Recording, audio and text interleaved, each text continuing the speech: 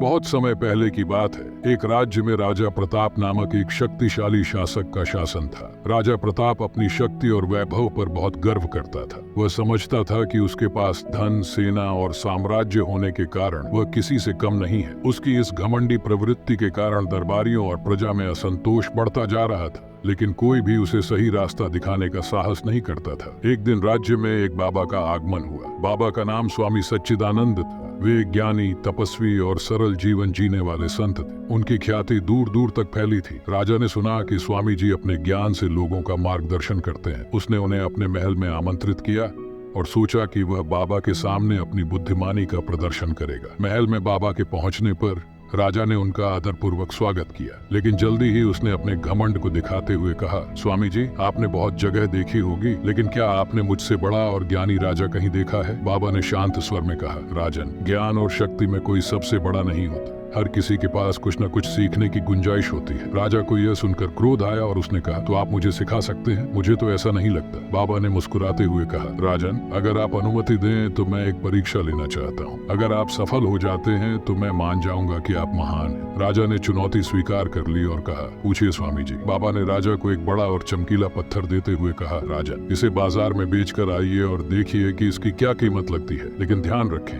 इसे बेचना नहीं है, बस कीमत पूछनी है। राजा ने वह पत्थर लिया और बाजार की ओर चल पड़ा। पहले वह एक सब्जी बेचने वाले के पास गया। सब्जी वाले ने पत्थर को देखकर कहा, महाराज, ये पत्थर सुंदर है, मैं इसे 2 किलो सब्जियों के बदले खरीद सकता हूँ। राजा को यह सुनकर आश्चर्य हुआ, लेकिन वह आगे बढ़ गया। फिर वह एक सुनार के पास गया। सुनार ने पत्थर को ध्यान से देखा और कहा, महाराज, ये तो एक कीमती रत्न है, मैं इसके बदले में आपको 10,000 सोने की मुद्राएं दे सकता हूँ। राजा और भी चौंक गया, लेकिन उसने पत्थर नहीं बेचा और आगे बढ़ गया। अंत में राजा एक हीरे जवाहरात के विशेषज्ञ के पास गया। विशेषज्ञ ने पत्थर को देखते ही पहचान लिया और उसके चरणों में गिरकर बोला, महाराज, ये तो अनमोल हीरा है, इसकी कीमत का अंदाजा लगाना भी कठिन है। अगर आप इसे बेचते हैं तो मैं अपना पूरा जीवन आपको समर्पित कर दूंगा। राजा वह पत्थर लेकर वापस बाबा के पास पहुंचा और सारी बातें बताईं। बाबा ने मुस्कुराते हुए कहा, राजन, देखिए, हर व्यक्ति ने इस पत्थर की कीमत अपने ज्ञान और समझ के अनुसार लगाई। सब्जी वाले को इसकी असली कीमत का पता नहीं था। सुनार ने इसकी कुछ कीमत समझी, लेकिन केवल विशेषज्ञ ही इसके असली मूल्य को पहचान सका। इसी प्रकार मनुष्य की असली कीमत उसके गुण और कर्म से होती है, न कि उसके पद या धन से। राजा को यह बात समझ में आ गई। वह अपने घमंड को त्याग कर विनम्रता से बोला, स्वामी जी, मुझे मेरी गलती का एहसास हो गया। आपने मुझे मेरी असली कीमत और महत्व का आभास कराया। मैं अब अपनी शक्ति और पद के अभिमान को त्याग कर अपनी प्रजा की सेवा करूंगा। इस प्रकार बाबा ने राजा को सच्ची विनम्रता और जीवन का महत्व समझाया। राजा ने उस दिन से घमंड छोड़कर विनम्रता और सेवा का मार्ग अपनाया। उसकी प्रजा भी उससे अत्यंत प्रसन्न हो गई